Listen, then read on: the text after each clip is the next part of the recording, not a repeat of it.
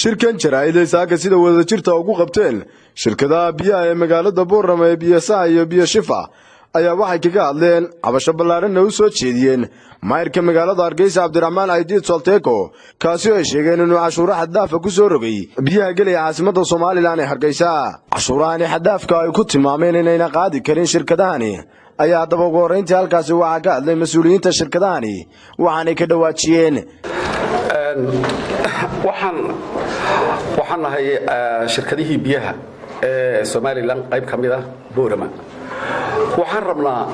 inaan ka hadalno hawl ama wareer maalmaha yara socday ama isafgarwa ka dhaxdhacay shirkadaha iyo maayirka Hargeysa waxaan rabnaa inaan dib u yar eegno waxyaalihii oo aanan ka jawaabin mar badan maayirka Hargeysa si loo ku soo noqnoqonayay saddexdii cisho u dambeysay TV-yada dadweynahana uu u sheegay war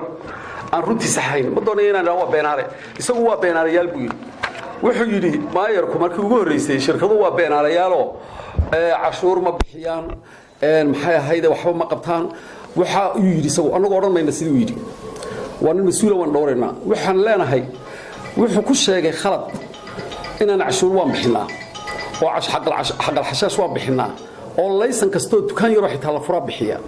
marka shirkaduhu way bixiyaan waxaan kala bixinaa shaqaalaha cashuurtooda ma taqaana la cashuuray lacagaha la cashuuray mishaarkooda bishii waxaanu qaadnaa 30 gaari oo biyaan geena magaalada Hargeysa 100 qof baan shaqaalaysiinaa labada warshadood ee magaalada Boorame alma 250 qof way shaqaalaysiiyaan dalkoo ku dhan bari iyo galbeed bal sideen u bixin karnaa maanta 1 milyan oo shilin markii hore xagay ka ahayd 60 kun oo shilin bishii waa 30 milyan waa more than 4,000 oo dollar caagadaasi 3,000 way noqon doontaa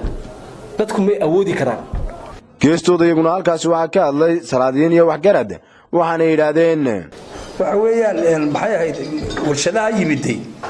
dalka koboc way ku soo biiriyeen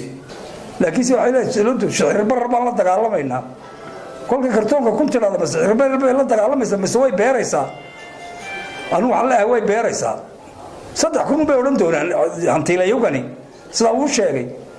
takalana 4,000 bay oranayaan te kolka lagu biiriyay iyaguna way biirshaan dawladda waxa la leeyahay bar horseedina biyaha halkoodii fadhiyay distoorka qofka ay dadku sameeyeen si kala u isticmaalaan isaga ay si kala ugu dhacaysa marka waxaan sheegaynaa maayirka Hargeysa waa dadka kala xili gobolada kala xili gobolada inuu ka dadku saddex galayaan waxa la raadinayaa horumar iyo nolol baa la raadinayaa dadka ayar loola socdo dawladda waxaan sheegaynaa dawladdu waa inay dhaxgasho inay dhageysato maaha dee shaqaalahayga iyo isqabsadaan dadka hantiilaha ee waddanka wax ku soo kordhinaya Hussein Atayo Jamaat Television caalamiga Universal magaalada Boorama